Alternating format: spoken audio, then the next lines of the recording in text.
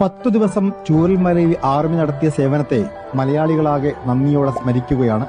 സൈന്യത്തിന് കോഴിക്കോടിന്റെ സ്നേഹം വിളമ്പിയാണ് ആദാമിന്റെ ചായക്കടയിൽ ഉച്ചഭക്ഷണം ഒരുക്കിയത്. സത്യം പറഞ്ഞാൽ ഇത് നമ്മൾ വളരെ സന്തോഷമുണ്ട്. കാരണം നമുക്ക് ഇത്രയല്ലേ ചെയ്യാൻ പറ്റുള്ളൂ എന്നുള്ള. കാരണം അവിടെ പോയിട്ട് അവരെ വെച്ച സേവനം നമ്മൾ എന്ത് ചെയ്താലും കോമ്പൻസേറ്റ് ചെയ്യാൻ പറ്റില്ല. ഹൃദയം തൊട്ടിട്ടാണ് നാട്ടുകാർ അവർക്ക് ഒരു സല്യൂട്ട് കൊടുത്തത്.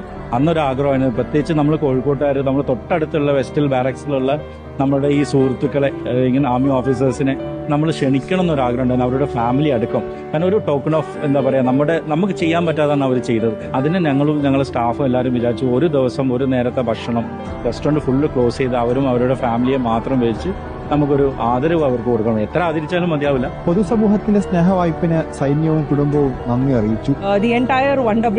ഈ വിരുന്നൊരുക്കിയ ആദാമിന്റെ ചായക്കടയുടെ മുതലാളിക്ക് ഇരിക്കട്ടെ ഹൃദയത്തിൽ നിന്നൊരു ബിഗ് സല്യൂട്ട്.